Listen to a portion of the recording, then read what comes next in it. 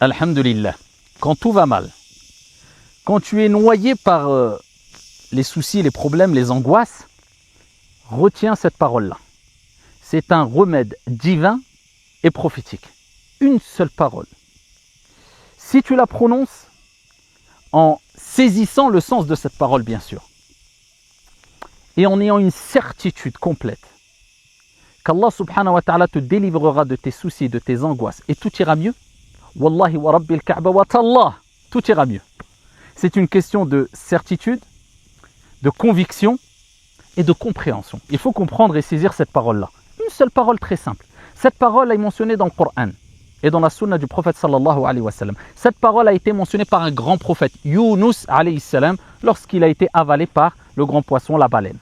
Il s'est retrouvé dans l'obscurité et il a mentionné cette parole-là, qui réunit trois éléments très importants. Et quand il a mentionné cette parole-là qui réunit ces trois éléments, Allah tabaraka wa ta'ala l'a délivré. Allah subhanahu wa ta'ala l'a secouru et il est passé d'une étape d'angoisse, de tristesse à une situation de délivrance et de joie et de bonheur.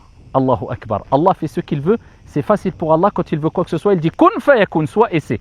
Quelle est cette parole? Allah l'a mentionnée dans le Coran. La ilaha illa ant. Subhanak. Inni kuntu min al-zalimin. Allahu Akbar. Traduction du sens, il n'y a de divinité digne d'être adorée que toi, ya Allah. Illa ant. At-tawhid, l'unicité d'Allah, ce qu'il y a de plus important dans la vie du croyant. Subhanak, tu glorifies ton Seigneur, gloire à toi.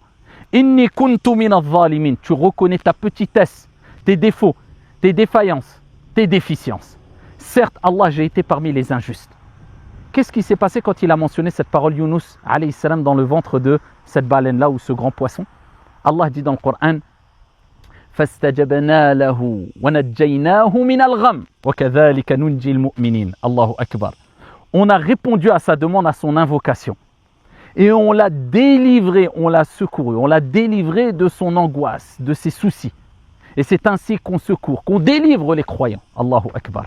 Et le prophète sallallahu alayhi wa sallam, dans le hadith rapporté par At-Tirmidhi et d'autres, il dit il n'y a pas un croyant qui mentionne ce dhikr-là, cette parole-là, et qui invoque son Seigneur tabaraka wa ta'ala sans qu'Allah azza wa jal accepte sa demande, son invocation. Mais il faut comprendre ce que renferme cette parole-là.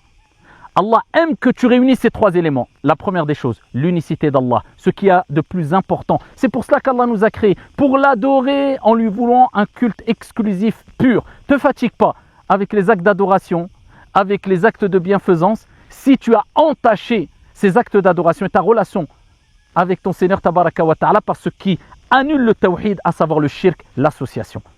Tu vas chercher secours au lieu d'aller le chercher auprès d'Allah azza wa jal, auprès des gens qui utilisent des moyens détestés par Allah et son messager, comme les sorciers, comme les voyants, comme les gris-gris, etc.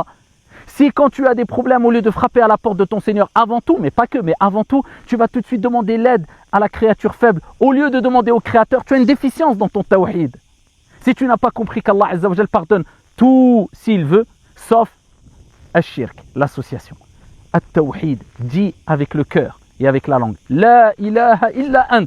Il n'y a de divinité digne d'être adorée que toi, ya Allah. At-tawhid. Ensuite, subhanak, tu glorifies ton Seigneur tabaraka wa ta'ala. Et quand tu dis subhanallah, tu reconnais qu'Allah subhanahu wa ta'ala est exempt. At-tanzih min kulli naqsin wa aib. Tu reconnais qu'Allah est exemple de toute imperfection, de toute défaillance, de tout défaut.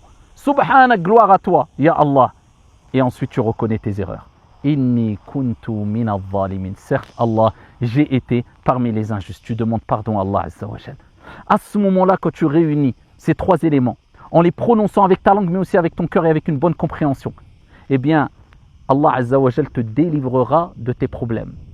Eh bien, tu es dans une situation où tout va mal, tout ira mieux bi'idhnillah azza wa jal. Et c'est pour cela qu'il faut répéter beaucoup cette parole. Pas qu'une fois, pas que deux fois, pas que trois fois, beaucoup. Et de jour comme de nuit. Et tu verras que tout ira mieux bi'idhnillah azza wa jal. La ilaha illa ant.